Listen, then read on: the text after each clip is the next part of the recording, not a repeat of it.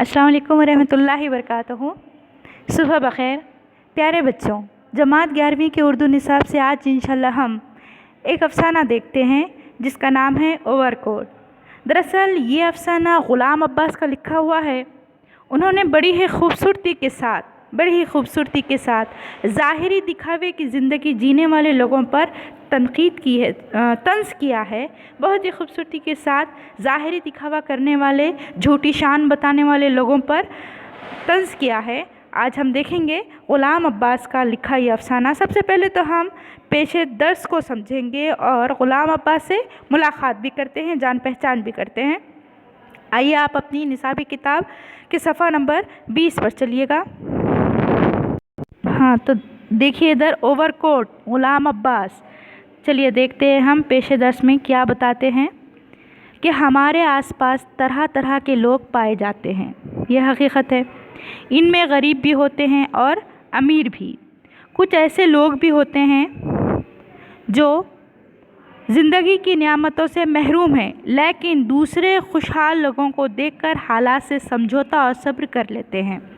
यहाँ जो बात बताने की कोशिश की गई वो ये है कि ऐसे लोग भी पाए जाते हैं जो नियामतों से अल्लाह ने उन्हें महरूम तो रखा है, लेकिन फिर भी वो ज़िंदगी जीते हैं तो खुशी के साथ जीते हैं, अपने हालात पर समझौता कर लेते हैं, सब्र कर लेते हैं, दूसरों को देखकर खुश होते हैं।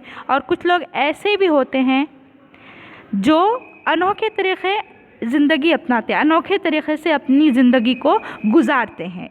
मतलब कुछ लोग तो हालात से समझौता करके सब्र करके जी लेते हैं, लेकिन कुछ लोग ऐसे हैं समझौता करना नहीं चाहते, बल्कि अपना अंदाज़े हयात जो है, तर्ज़ हयात या ज़िंदगी गुजारने का जो तरीक़ा है उसको ही बदल देते हैं।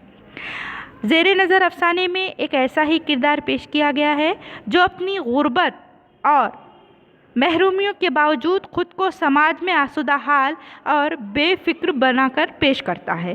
अब जो हमने मज़मून पढ़ना है या जो हमने अफ़साना पढ़ना है उसमें यही बात बताने की कोशिश की गई है एक किरदार के ज़रिए जो कि बहुत ज़्यादा मफ़लुकुल हाल है, बहुत ज़्यादा गुर्बत ज़दा है, लेकिन उसके बावजूद अपनी गुर्बत पर बहुत ज़्यादा वो क्या करता है, शान और शौकत के साथ गुजारा करता है। बहुत ज़्यादा शान के साथ ये बताता है कि मैं बहुत आसूदा हाल हूँ, बेफ़िक्रा इंसान।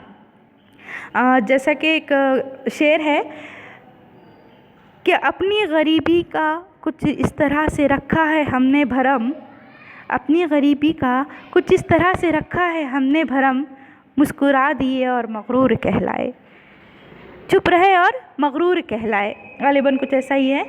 चुप रहे और मगरूर कहलाए। गरीब तो है लेकिन वजाहत नहीं करते या दिखावा नहीं करते कि हम गरीब हैं, बल्कि वक्तन फ़ौक़तन वो मुस्कुरा भी देते हैं, वक्तन फ़ौक़तन वो चुप भी हो जाते हैं ताकि उनकी गरीबी का भरम रह जाए।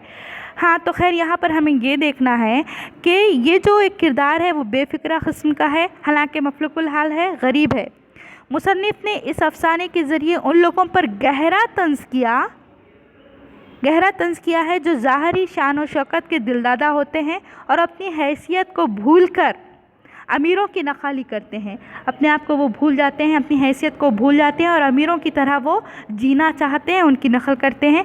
ऐसा करने से समाज में उन्हें आर्जी तौर पर इज़्ज़त तो मिल जाती है, मगर आखिरत में उन्हें आखिर में मतलब ज़ाहिरी तौर पर या वक्ती तौर पर, आर्जी तौर पर समाज में लोग उनको बहुत ज़्यादा इज़्ज़त की नज़र से तो देखते हैं, ऐसे लोग जो नखाली करके जीते हैं, लेकिन बाद में होता क्या है कि उनको नदामत के सिवा कुछ हासिल नहीं होता। नदामत और ज़िल्लत ही उनका मुक़द्दर बन जाती है, उनके हाथ वही आती है। और यहाँ पर जो बात बताने की कोशिश की गई वो ये है कि ओवरकोट फ़ैशन और ज़ाहिर परस्ती की अलामत बनकर उभरता है। ओवरकोट यानी कि जो ऊपरी तौर पर पहना जाता है कोट, जो शान और शौकत की अलामत समझा जाता है। वो कहा जाता है ना, इज़्ज़त ना पा सकोगे तुम बुज़ुर्गों के नाम से, इज़्ज़त ना पा सकोगे तुम बुज़ुर्गों के नाम से, पहचानेंगे लोग तुम्हें तुम्हारे ही काम से। तो यहाँ पर लोगों की नखाली करके अपने आप को अमीर कबीर बताना इंतहा दर्जे की बेवकूफ़ी है। आइए हम ग़ुलाम अब्बास साहब से जान पहचान करते हैं। ग़ुलाम अब्बास 17 नवंबर 1909 को अमृतसर में पैदा हुए। उन्होंने इब्तिदाई तालीम लाहौर के दयाल सिंह हाई स्कूल में हासिल की। वो महकमा तालीमात से मुंसलिक थे। फिर 1949 में BBC लंदन में प्रोड्यूसर के ओहदे पर फायज हुए। BBC लंदन दरअसल ये क्या है, एक कम्युनिकेशन का ज़रिया है, रेडियो, इत्तलाती रेडियो के लिए, न्यूज़ के लिए इस्तेमाल होता था। तो यहाँ पर इसके वो प्रोड्यूसर के ओहदे पर फायज थे। अफसाना निगारी के साथ साथ उन्हें ड्रामा निगारी और मौसीकी से भी दिलचस्पी थी। न सिर्फ वो अफसाने लिखते थे बल्कि ड्रामे भी लिखा करते थे, और साथ साथ उन्हें म्यूज़िक, मौसीकी यानी कि म्यूज़िक से भी उन्हें बहुत ज़्यादा रग़बत थी, दिलचस्पी थी। ग़ुलाम अब्बास के अफसानवी मजमूए, उनके जो मजमूए हैं उनके नाम दिए गए हैं आनंदी, जाड़े की चांदनी और कमरस। आनंदी, जाड़े की चांदनी और कमरस को बहुत ज़्यादा उर्दू में अहम मकाम हासिल है।